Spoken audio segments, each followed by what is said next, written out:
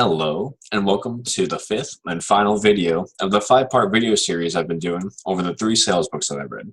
Let's dive right into it. Alright, so as I read through these three books, there were a number of technique differences, and I tried to combine the best aspects of each book and combine them into these series of lectures. I would say definitely that Mr. Sobczak's book, Smart Calling, was by far one of the best books I've read in quite a while. I learned a lot of information from that that I would have never considered about smart calling. So I'm very grateful to him for this book. But one of the things that he emphasized in smart calling was it's not a numbers game, it's a quality game. And so he would emphasize really putting in the research beforehand, really taking the time to treat each prospect as their own individual. While perhaps Mr. Schiffman in cold calling techniques that really work, what he would emphasize is with every no, you're that much closer to a yes. So that's two pretty competing ideologies as far as quality versus quantity. And I would have to say that I favor Mr. Sobczak's quality. For tailoring your script, Mr. Sobczak also really emphasized smart questions and kind of each conversation with every person is going to be unique and different. And he really emphasized getting to know them.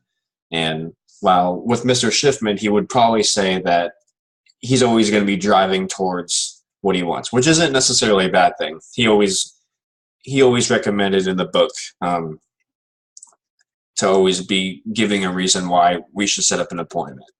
Every single explanation that the prospect gives, oh, well, that's why we should set up an appointment. It's not bad. It's just two different techniques. One's more asking questions. One just get right to the punchline.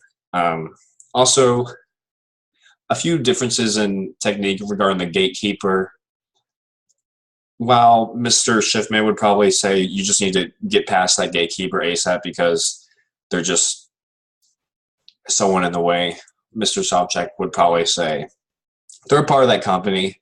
They have direct conversation to the decision maker. So you need to treat that person with respect because they're also going to, a lot of times, be your foot in the door. So some final thoughts regarding attitude going into sales. The gatekeepers, so-called, can sense when you're genuine. You don't want to try to smooth talk your way through them and get to the decision maker.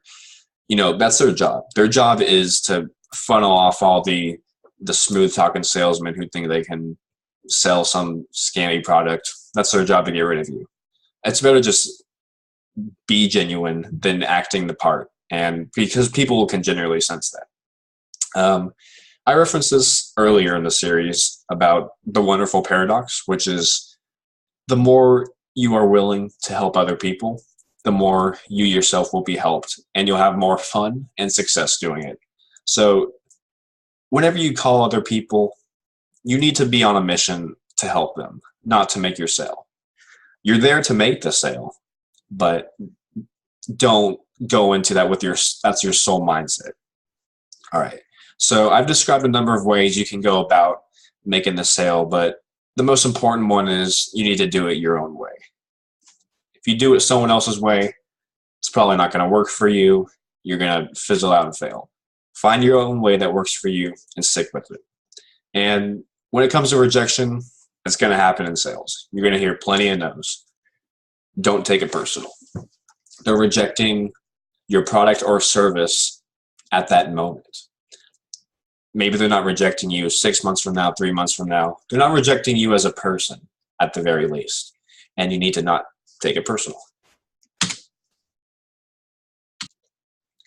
All right, so before your call, while you're setting up your objectives, you want to aim high. You need to not go low, because if you hit the mark on low, so what? It's not anything special. But if you aim high and you get just short of high, you've still done a pretty good job and you've done better than the average. So, for example, for a secondary objective, don't be content with just staying on the phone with them for maybe 15 seconds. That's a kind of lame secondary objective.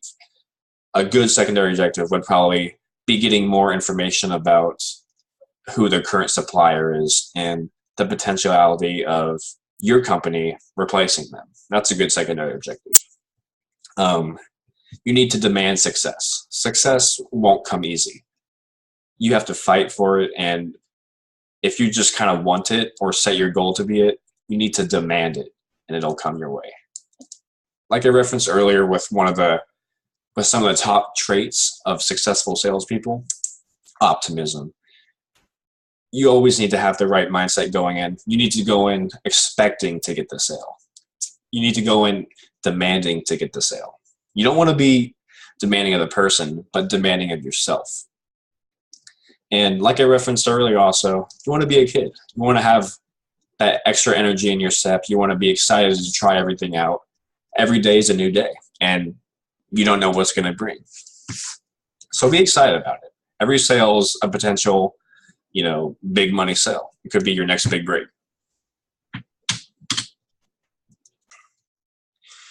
All right, and finally we come to implementation.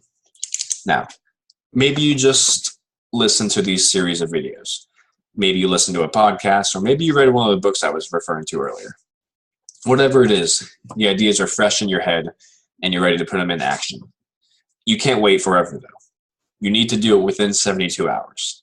After 72 hours, maybe some of the concepts or ideas start leaking out of your head, and you start forgetting about it.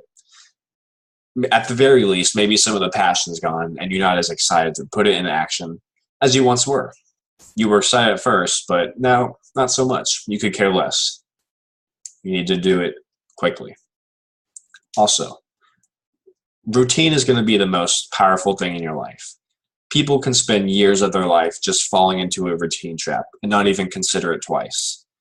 Therefore, in order to make your routine work for you, you need to consciously put it into practice and do it consecutively for 21 days. And finally, take good care of yourself. There's going to be a lot of people who might give you abuse over the phone. You don't need to take it. Remember, we're the 20% of salesmen who achieve 80%. We're not going to waste our time dealing with that last 80%. That's just going to waste our time. We don't need to worry about that. We need to take good care of ourselves and focus on our success. All right, this was the end of video 5, and I want to thank you for tuning into these lectures.